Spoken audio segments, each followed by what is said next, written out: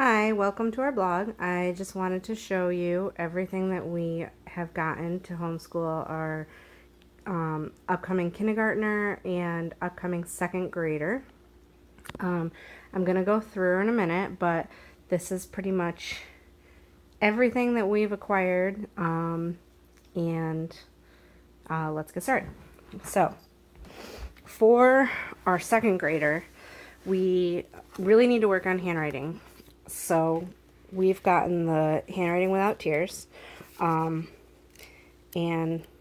this is what it looks like. She's working on that this year at home as well in first grade. So we're just going to continue with that. We got this social studies set, the workbook and the book. I saw these on another vlog and I kind of liked them. So it comes with this workbook, which has some good questions in it, and then this is the textbook that goes with it, which we'll go through, and we'll also supplement with some other books and things that we have.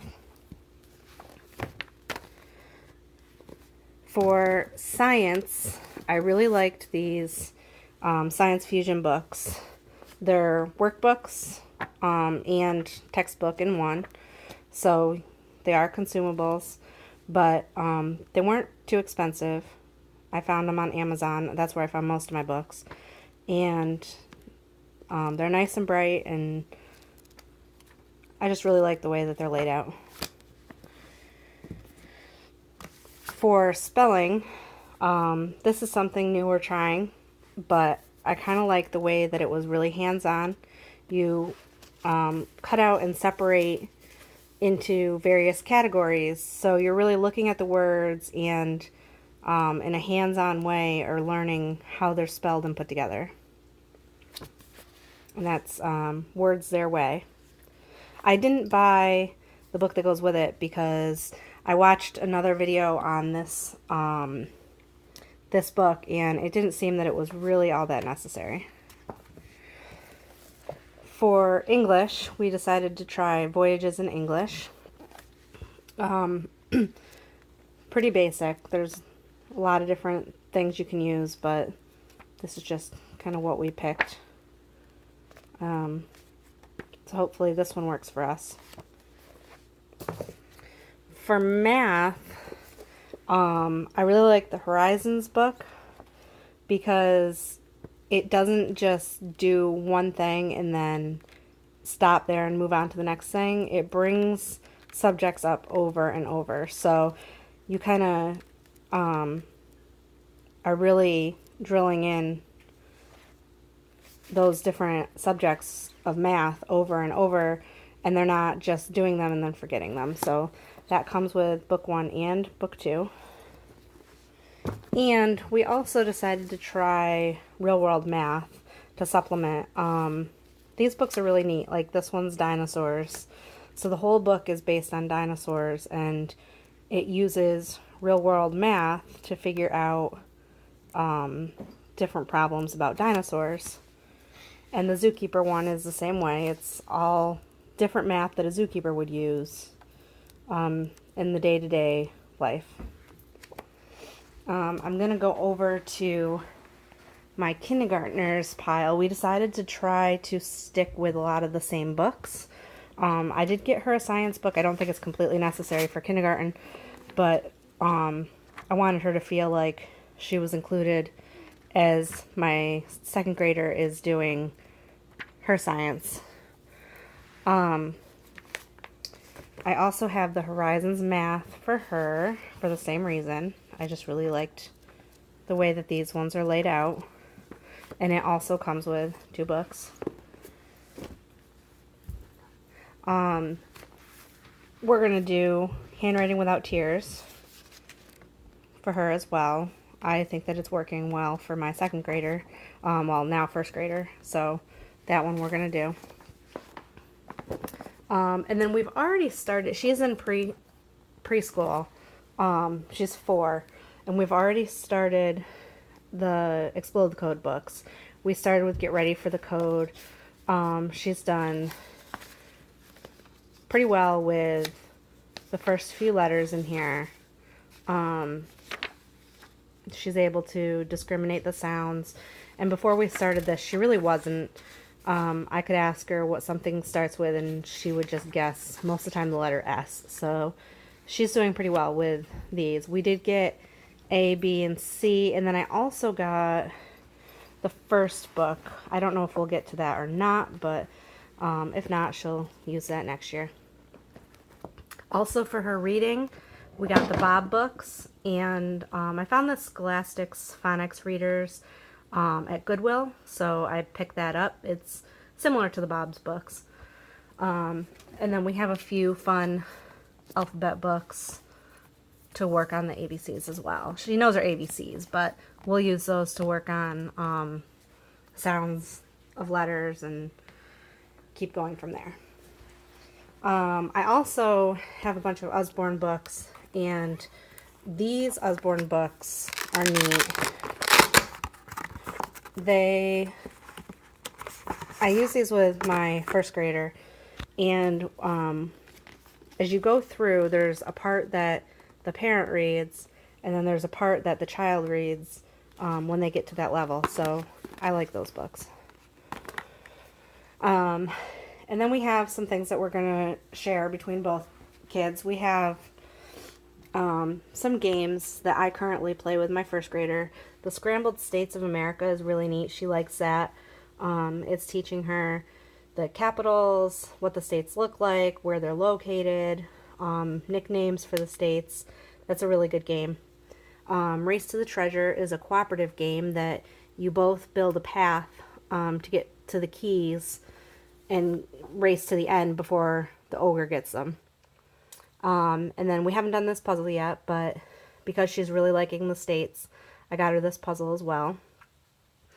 For her reading, for the second grader, I also have most of these books I'm going to be reading to the kids. I'll read it to both of them because I think that's a little bit advanced for her. But she's already reading the Bad Kitty books, so I got these so that she can continue to read Bad Kitty. She likes those. And then we'll have to see where she's at, but I got Stuart Little, The Wind in the Willows. She likes the Flat Stanley books, so we got 2 of those. And then I found this at Goodwill the other day, which it was a really neat book because it's kind of a chapter book, but it's got pictures and makes it fun. These books are some that I thought would interest the kids. The second grader really likes states and everything right now, so I got her that Lift the Flat book from Goodwill as well. A lot of these books I found at Goodwill or Salvation Army. Ben Franklin, who was Ben Franklin, and Christopher Columbus. We'll go through and probably read that on Columbus Day. Sorry, my cat is helping us here. Okay. So then we also have the Usborne General Knowledge book, and this is more just something fun for the kids to look through. They love this book because it's got so many things to look at. It's got tons of lift the flaps. You can see how many flaps are in this book. All different topics. They really just like looking through that. These 2 books are Shine a Light books, and what you do is you read through this page, and then every other page has, I don't know if I can get it. I can't get it. You shine a flashlight through the back, and this shows through. So you want to see what, you can kind of see it a little bit there. You want to see what the bird is getting under the grass, and that's what'll shine through when you put a flashlight through it. So we have Secrets of the Apple Tree and Secrets of the Seashore. So we'll probably use those when we're doing science as well. Back here, that my cat knocked over, we have the Butterfly Garden gift set, and that comes with, you can order it 2 different ways. That comes with an exhibit to put the caterpillars in that turn into butterflies. It comes with a stand to put the lid in for the cup because the caterpillar is attached to the lid, and then that lid goes in the stand. You put the stand in the net enclosure, and then your butterflies hatch. We accidentally ordered the one that comes with live insects, so unfortunately we have caterpillars right now, even though it's not quite spring yet here in New York. But we will figure out what to do with our butterflies when they hatch. We got the weather lab, which my daughter has already opened. She really enjoys these science kits like this, and we've studied a little bit of weather, so she has liked looking at that. And I also wanted to get some magnets because in her book she's doing a section on magnets, and I thought that would be fun.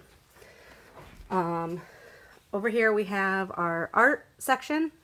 We have way more art stuff than just this, but these are some newer things I bought. The ink pads, stamps, this ridiculously large, oversized stamp pad. I didn't realize it was that big when I ordered it, but we'll use it.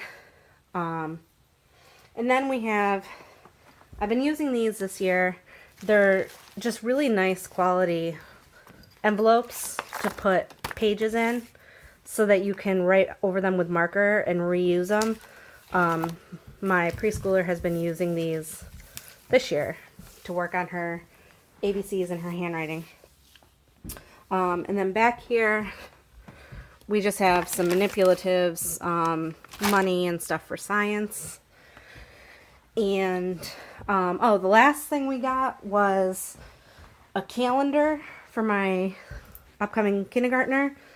It's the Melissa and Doug calendar. I don't have it over here, but it's really neat. You can, we found ours at AC Moore, and it was actually 40% off, so it was really pretty cheap. It was less than like $10. So this is everything that we have for our homeschooling this year, and unless I go to the store and find something else we would like to do.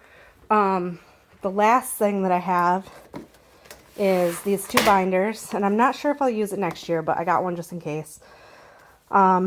This is their science book. They kind of like to log all their science activities in here. And then I like to put, I'll show you my first graders going into second grade. I write out what they need to do each day, and that's not necessarily all we'll do, but that's the majority of their work. So you can see she's already done this page for today. She's done this math. She's done this spelling. And she has also done her handwriting. In her yellow book is her handwriting without tears. She will read independently for 15 minutes.